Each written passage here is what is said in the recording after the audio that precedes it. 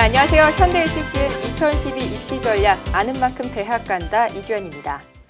우리 수험생과 또 예비 수험생들 또 수험생 자녀를 둔 학부모님들의 가장 큰 걱정은 아무래도 입시 제도일 텐데요. 이 즐겁게 공부하기에도 모자란 시간을 고민만 하면서 보낼 순 없겠죠. 그래서 저희가 준비했습니다. 그야말로 변화무쌍한 입시 제도를 입시 전문 상담가와 함께 쉽지만 알차게 입시 정보에 대한 모든 것을 알려드리도록 하겠습니다. 네, 저희 아는 만큼 대학 간다는 오늘부터 5일 동안 매일 방송됩니다. 그동안 입시에 대해서 나는 이런 점이 궁금했다, 또 이런 점이 고민이다 하는 점들을 서초구 입학정보센터 홈페이지 게시판에 올려주시면 저희가 함께 상담해드리도록 하겠습니다. 자, 해가 바뀔수록 입학사정관제와 같이 다양한 제도가 넘쳐나고 있습니다. 이제는 그야말로 이 공부만 하면 되는 시대가 아니라 정말 아는 만큼 대학 가는 시대가 온 것 같은데요. 저희 방송이 수험생분들과 학부모님들의 고민을 함께 나눠드리도록 할 테니까요. 지속적인 관심과 참여 부탁드리도록 하겠습니다. 자, 아는 만큼 대학 간다. 앞으로 5일 동안 저희와 함께 수험생들의 고민을 나눠주실 서초구 입학정보센터 임종환 소장님 모셨습니다. 안녕하세요, 소장님. 예, 안녕하세요. 네, 앞으로 5일 동안 저희와 방송을 함께 해주실 텐데요. 진행은 제가 맡았지만 소장님의 역할이 큽니다. 앞으로 잘 부탁드리겠습니다. 제가 조금이나마 도움이 되도록 최선을 다하겠습니다. 한국대학교육협의회 발표에 따르면 올해 입시 전형이 3,000가지가 조금 넘는다고 합니다.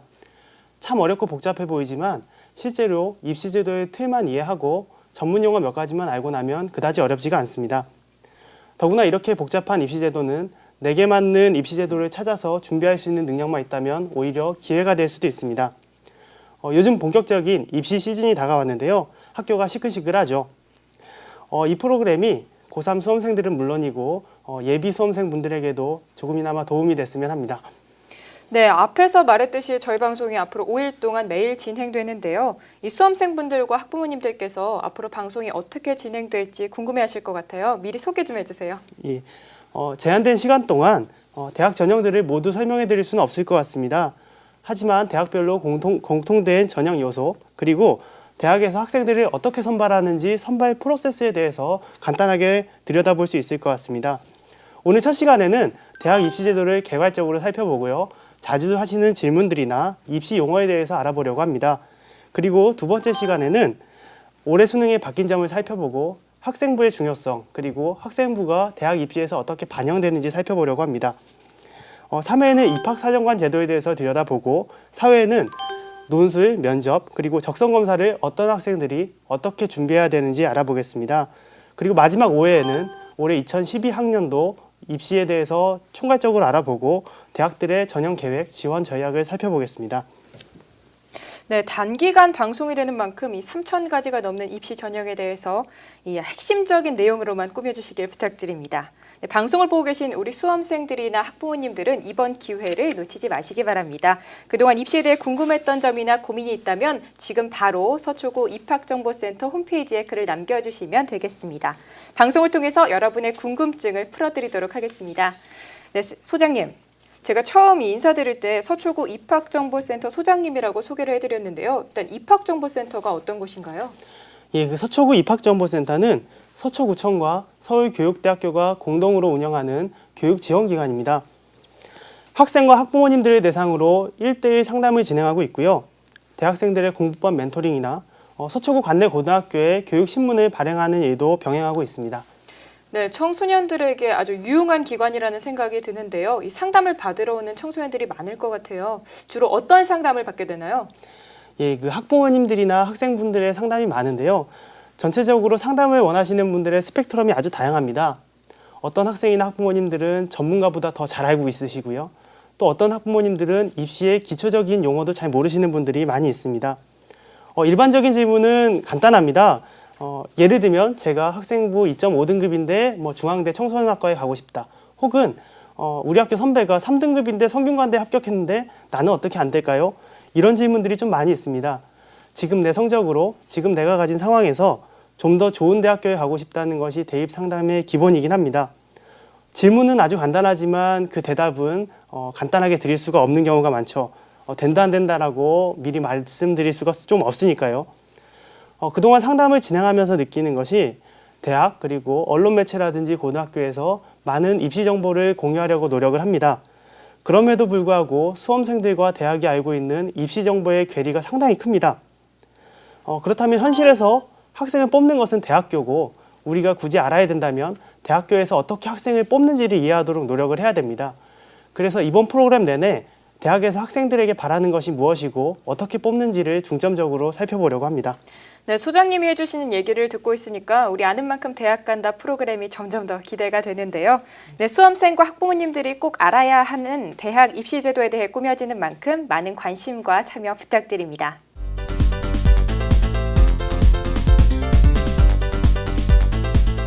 네, 현대HCN 2012 입시 전략 아는 만큼 대학 간다. 이제 본 코너 시작해 볼 텐데요.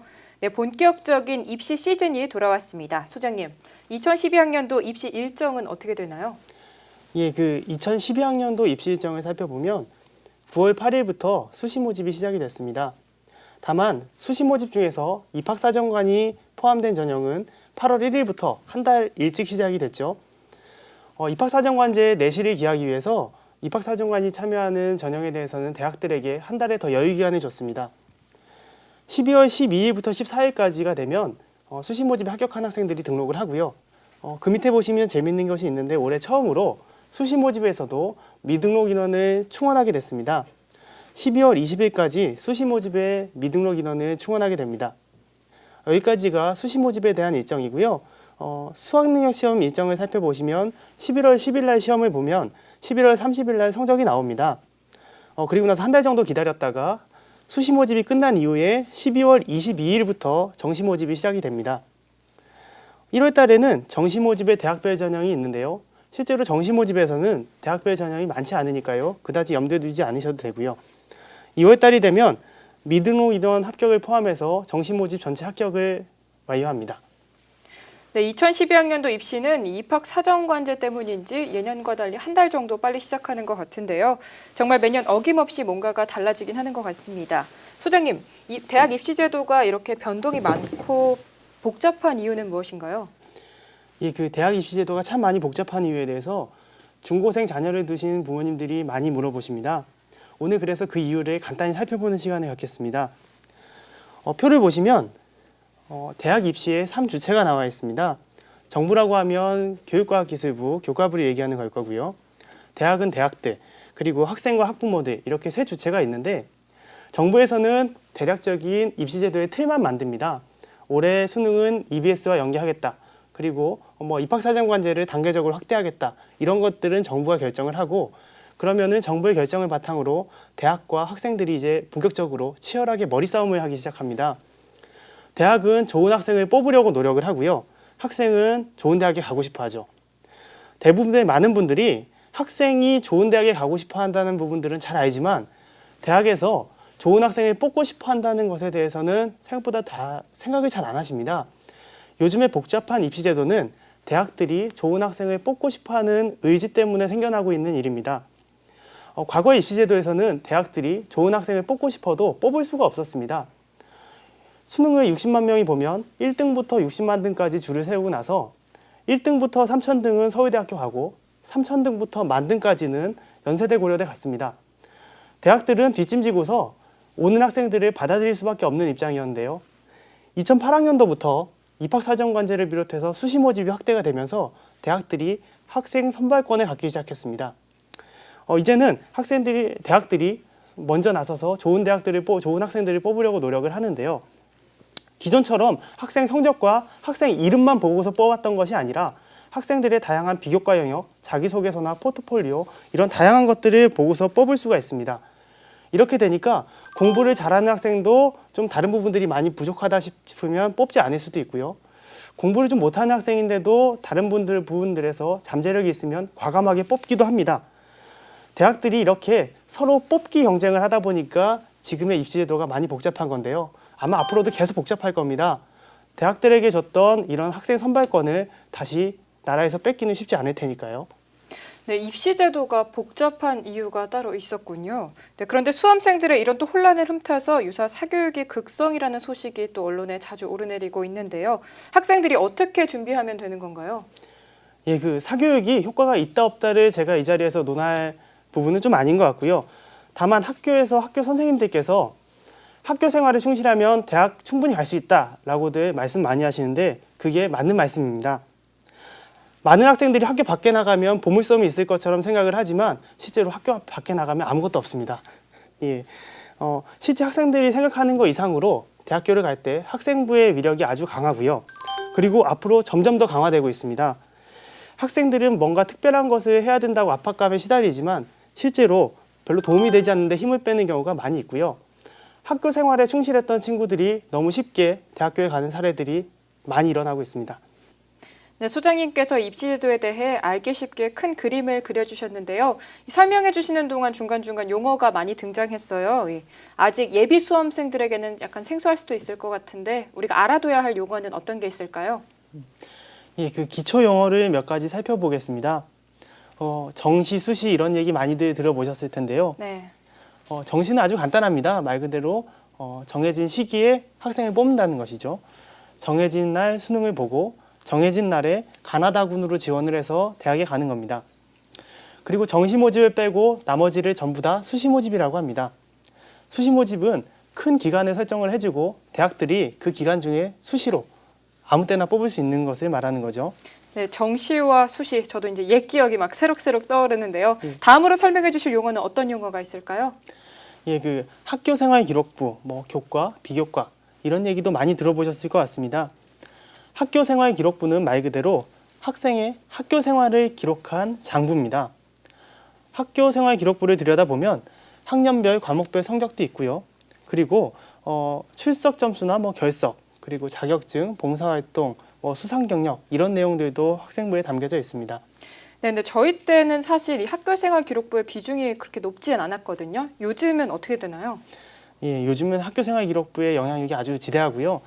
수시 모집의 비율이 60%로 넘어갔다는 의미는 절반 이상은 그 학생부 중심으로 뽑겠다는 의미와 크게 다르진 않습니다. 좀 많이 바뀐 부분들이 있긴 하지만 전통적으로 볼 때 입시의 정석으로 이렇게도 얘기를 하죠. 수시는 학생부고 정시는 수능이다. 지금처럼 수시 모집이 많이 늘어났다는 것은 그만큼 학생부가 많이 중요해졌다는 이야기이기도 합니다. 다음은 어떤 용어가 있을까요? 예, 그 원점수, 표준점수, 백분율 이런 이야기들 한두 번씩 들어보셨을 겁니다. 네. 원점수는 간단합니다. 그냥 원래 점수죠. 2점짜리, 3점짜리 문제들을 맞춘 총합입니다. 그런데 실제로 대학에서 학생을 선발할 때 원점수를 쓰는 사례는 거의 없습니다. 표준점수나 백분율을 많이들 사용하죠. 그 이유는 요즘에 수능 선택 과목이 대단히 많은데요. 원점수만으로는 선택 과목의 난이도를 판단할 방법이 없습니다. 때문에 원점수를 가공해서 네. 표준점수로 변환해서 사용들을 많이 하는데요. 표준점수는 한마디로 내가 평균에서 어느 정도 떨어져 있나, 어느 정도 멀리 있나를 나타내는 숫자입니다. 한 예를 한번 살펴보겠습니다. 예, 표를 보시면 A 학생, B 학생이 있는데요. A 학생은 화학 선택 과목을 했고요. B는 물리를 선택했습니다. 두 학생 다 50점 만점에 45점을 받았네요. 그런데 화학은 평균이 35점이고 물리는 평균이 40점입니다. 대학이라면 당연히 A 학생을 뽑겠죠. 더 어려운 시험에서 높은 점수를 맞았으니까요. 근데 원점수만으로는 이걸 판단할 수가 없기 때문에 맨 오른쪽에 보시면 표준점수라는 것을 만들었습니다. 표준점수로 보니까 A 학생은 70점이고 B 학생은 60점이네요. 예, 여기서 표준점수가 어떻게 구해지는 건지 잠시 살펴보겠습니다. 일단 아래쪽을 보시면 표준편차라는 것은 평균으로부터 다른 여러 가지 요소들이 어느 정도 흩어져 있느냐를 나타내는 요소고요. 고등학생들은 익숙한 용어일 것 같습니다. 그 아래 보시면 표준점수라고 나와 있는데요. 표준점수는 원점수에서 평균점수를 뺍니다. 그러면 원점수와 평균점수의 차이가 나오겠죠. 근데 이것만으로 계산하기 쉽지 않으니까 이것을 방금 전에 위에 있던 표준편차, 얼마나 흩어져 있는지로 나눠줍니다. 그러면 유의미한 숫자가 나옵니다. 이 학생이 평균으로부터 어느 정도 떨어져 있는지를 나타내는 숫자가 나오는데요. 이 숫자는 너무 작아서 눈에 잘 보이지가 않습니다. 그래서 여기서는 20을 곱해주고 탐구형은 10, 100을 더해주고 이렇게 나와 있는데요. 실제로 뒤에 곱해주고 더해지는 숫자는 대학들마다 약간 다릅니다. 여기 나온 표현법은 수능 모의고사에서 계산하는 방법이고요. 대학들마다 전체 평점을 기준으로 해서 뒤에 곱하거나 더하는 숫자는 조금씩 차이가 있습니다. 여기서 보여지는 숫자가 바로 그 평균으로부터 학생이 어느 정도 떨어져 있는지를 나타내는데요. 이 표계 같은 경우에는 표준 점수가 딱 50으로 나오면 내가 평균이란 뜻입니다. 예. 그리고 60이라는 뜻이 나왔으니까 평균보다 좀 높다는 뜻이겠네요. 그리고 70이니까 보다 평균보다 더 잘했다는 뜻이 됩니다. 50 이하면은 평균 아래라는 얘기겠죠.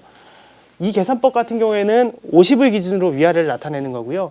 뒤에 더하거나 곱해주는 숫자가 바뀜에 따라서 기준점은 좀 차이가 있을 수 있습니다. 네, 저도 예전에 이 성적표를 받을 때 표준 점수가 도대체 뭔가 고민했었는데 표준 점수가 이런 거였군요. 네, 한마디로 평균에서 내 점수가 얼마나 멀리 떨어져 있느냐를 나타내는 게 표준 점수라는 거죠. 예, 그렇게 생각하시면 됩니다. 네, 그럼 지금 원점수랑 표준 점수 알아봤고요. 다음으로 백분율은요? 예, 백분율은 아주 간단하죠. 내가 전체 수험생 중에서 어느 위치에 있는지를 알 수 있는 자료입니다. 100명 중에서 1등하면 1%, 100명 중에서 10등하면 10%겠죠. 실제로 우리나라에서는 대학들이 상위권 대학으로 갈수록 표준 점수를 많이 사용하고 중위권 이하로 갈수록 백분율을 많이 사용합니다. 그 이유는 보시다시피 표준 점수가 비슷한 커트라인에 있는 많은 학생들을 자세하게 선발하기에 좀 유리한 면이 있습니다. 이 부분에 대해서는 다음에 이렇게 설명을 한번 해보도록 하겠습니다. 네, 상위권 대학은 표준 점수를 많이 사용하고 중위권 이하 대학은 백분율을 사용한다는 점은 기억해 둬야 할 것 같습니다. 다음 용어는 어떤 용어가 있을까요? 예, 그 등급제라고 많이들 들어보셨을 것 같습니다. 현재 우리나라는 9등급제를 사용하고 있습니다. 과거에는 수, 우, 미, 양가 이렇게 절대평가를 사용을 했는데요. 이렇게 되니까 고등학교에서 경쟁적으로 문제를 쉽게 내고 대부분의 학생들이 수, 우를 맞으면서 학력이 인플레이션이 많이 됐습니다. 이렇게 되니까 대학들이 내신의 좀처럼 보질 않습니다. 변별력이 없으니까요. 그래서 2008학년도부터 우리나라에서 상대평가 9등급제를 사용을 하고 있습니다. 9등급제에서는 많이 들어보셨겠지만 간단히 살펴보도록 하겠습니다. 예, 그 맨 윗줄을 보시면 1등급, 2등급 이렇게 9등급이 써 있고요. 맨 아래를 보시면 100%까지가 나와 있습니다. 9등급제는 아주 간단해서요. 1에서부터 100까지의 숫자를 9칸으로 나눈 겁니다. 그런데 이것을 똑같은 비율로 나눈 것은 아니고요. 좀 이렇게 그 비율을 좀 차이가 있게 나눴습니다. 이 부분은 나중에 설명을 할 수 있으면 좋겠고요. 1등급은 1에서부터 4%, 그리고 2등급은 5에서부터 11%, 3등급은 12에서 23% 이런 식으로 바라보시면 됩니다. 네, 등급별로 누적 비율의 차이가 약간씩 존재하는군요. 다음으로 실질 반영 비율에 대해 설명 좀 해주세요. 예, 그 어머님들이 가장 많이 물어보시는 부분이기도 합니다. 학생들도 그렇고요. 실질 반영 비율이라는 것 자체는 어떤 전형에서 특정한 전형 요소가 네. 얼마만큼 합격, 불합격에 영향을 미치는지를 나타내는 숫자입니다. 고려대 수시 2차를 보면은 논술 중심 전형이 한 가지 있습니다. 논술 80, 그러니까 학생부 20이라고 쓰여져 있죠. 이것을 보고 많은 학생들이 오해를 하는 것이 논술이 4배 더 중요하지 않나. 학생부에서 내가 좀 점수가 떨어져도 논술에서 4배는 뒤집을 수 있겠다라고 단순하게 생각을 하는데요. 이것이 좀 오해인 경우가 대단히 많이 있습니다.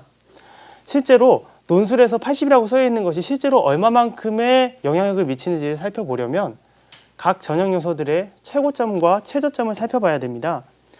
이 부분은 다음 시간에 예를 들어가면서 설명을 할 수 있을 것 같습니다. 예. 네, 보통 학생들이 마지막에 논술 학원 열심히 다니면서 이 논술로 만회해야지 하는데 그럼 논술이 80%가 반영되는 게 아닌 건가요?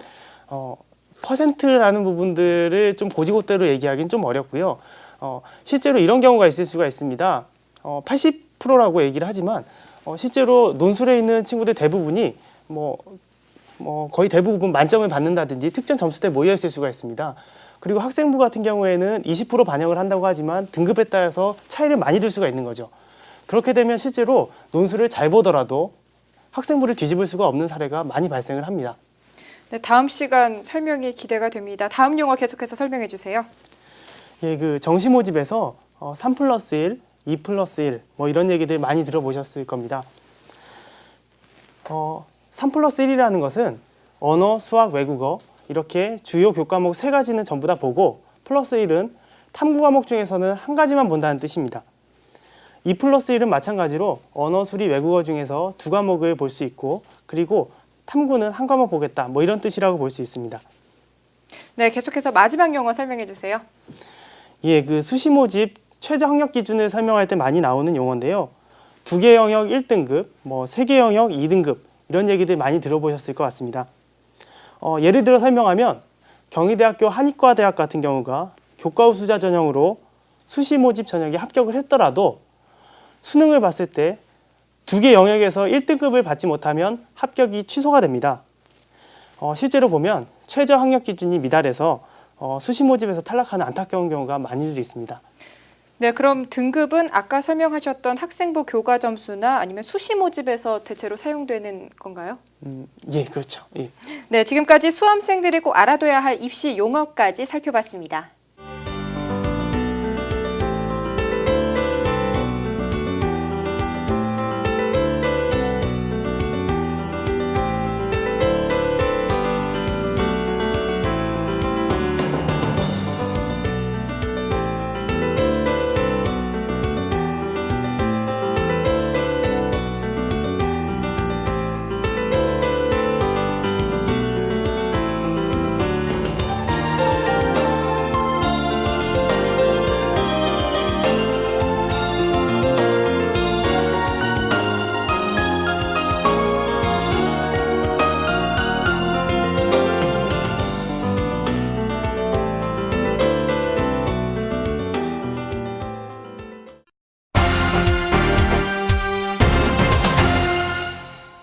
네, 입시 솔루션 Q&A 시간입니다. 이 시간은 대학 입시에 관한 수험생분들의 질문으로 꾸며집니다.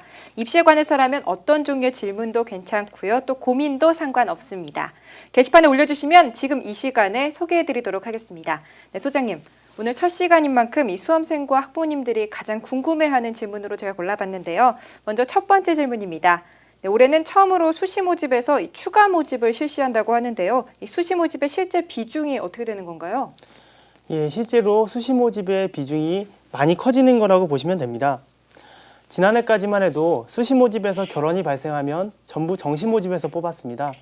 따라서 지난해에도 수시 모집이 60% 가까이 됐다고 하지만 실제로 뽑힌 인원은 훨씬 적었을 거라고 짐작을 할 수 있습니다. 수시 모집에서 여러 대학에 중복 합격을 했거나 아니면 합격을 했다가 수능 최저 등급으로 탈락했던 학생들이 많이 있을 테니까요. 올해는 수시 모집에서도 미등록 인원을 추가 모집을 합니다. 따라서 전체적으로 수시를 통해서 대학에 가는 학생들이 크게 늘어날 겁니다. 그리고 실질적으로 수시 모집을 통해서 대학에 합격하는 합격 선도 낮아질 소지가 분명히 있습니다. 하지만 학생들이 좀 너무 앞서가는 경향도 없지는 않고요. 왜냐하면 대학 입장에서 이번에 수시 추가 모집은 강제 사항이 아닙니다. 그냥 권장 사항이기 때문에 대학 입장에서 결원이 100명이 발생을 했더라도 50명만 뽑고 나머지 50명은 정시 모집에서 뽑아도 아무 문제가 없습니다. 수시 모집에서 이 정도 학생을 뽑지 않아야지 하고 마음을 먹으면 안 뽑을 수가 있는 거죠. 따라서 고등학생들이 생각하는 것처럼 아주 엄청나게 커트라인이 낮아지거나 하는 경우는 발생하지 않을 수도 있습니다. 네, 이 수시 미등록 인원을 과거에는 정시로 넘겼다면 이번에는 수시로 또 추가로 모집한다는 얘기군요. 예, 그렇습니다. 네, 다음 질문은요. 정시 모집에서 대학들의 과목별 반영 비율이 다른데 이에 맞춘 입시 전략은 어떻게 세워야 하나요? 예, 수시 모집도 참 복잡하지만 정시 모집도 간단치는 않습니다. 특히 학생들이나 학부모님들이 잘 모르시는 부분이 과목별, 대학별 반영 비율입니다. 실제 대학 입시에서 모든 과목이 골고루 중요한 경우는 많지 않습니다. 같은 성적을 거둔 학생이더라도 어느 대학에는 붙고 어느 학교에는 떨어질 수가 있습니다. 따라서 과목별 반영 비율에 따라서 나에게 유리한 대학이 어디고 내가 희망하는 대학이 정시에서 어떤 과목을 중점적으로 반영하는지 알아볼 필요가 있습니다. 일반적으로 우리나라 최상위권 대학은 아쉬울 게 없습니다.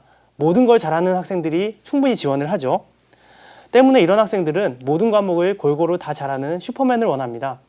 특히 국영수, 언어, 수리, 외국어를 중점적으로 보고하죠. 지난해 2011학년도 정시 모집 요강을 살펴보면 연세대와 고려대는 언어, 수학, 외국어를 각각 28.6%씩 반영을 합니다. 그리고 탐구 영역은 14%만 반영을 하죠.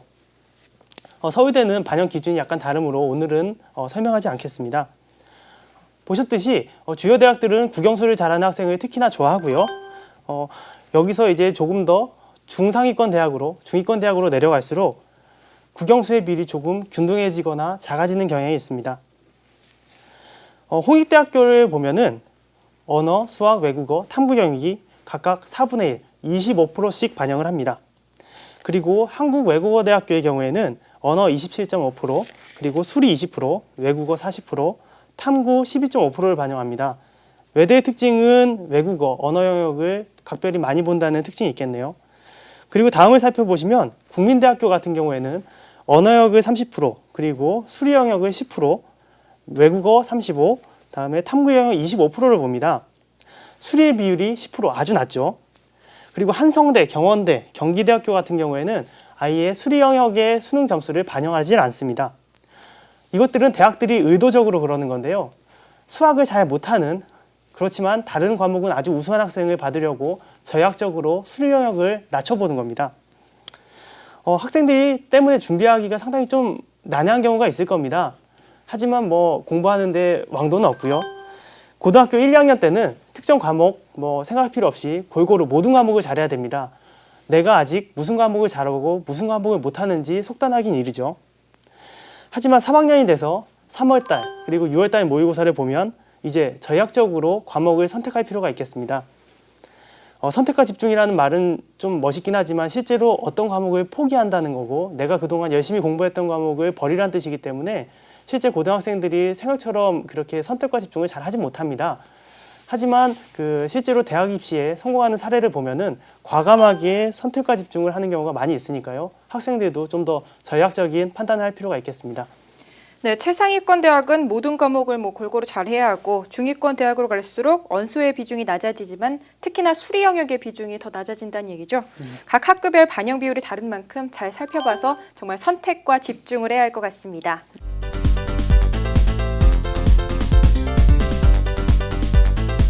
네, 현대 HCN 2012 입시 전략 아는 만큼 대학 간다. 첫 시간 함께 해주셨는데요. 어떻습니까, 여러분? 궁금했던 점이 조금은 풀리셨는지 모르겠습니다. 네, 소장님 오늘 좋은 정보 정말 많이 알려주셨는데요. 감사드립니다. 감사합니다. 내일은 또 어떤 얘기가 기다리고 있나요? 내일은 수능과 학생부 시간입니다. 2012학년도 수능이 바뀐 부분들을 살펴보고요. 그리고 학생부의 구성 요소와 대학들이 학생부를 어떻게 반영하는지를 살펴보려고 합니다. 네, 학생 생활기록부와 수학 능력 시험은 대학 입시의 기본인데요. 그만큼 수험생들과 학부모님들의 관심이 클 것으로 기대됩니다. 궁금한 점 있으시다면 미리 서초구 입학정보센터 홈페이지 게시판 이용해 주시고요. 내일 이 시간도 기대 많이 해주시기 바랍니다. 아는 만큼 대학 간다. 오늘은 여기까지입니다. 소장님과 함께 인사드릴게요. 감사합니다.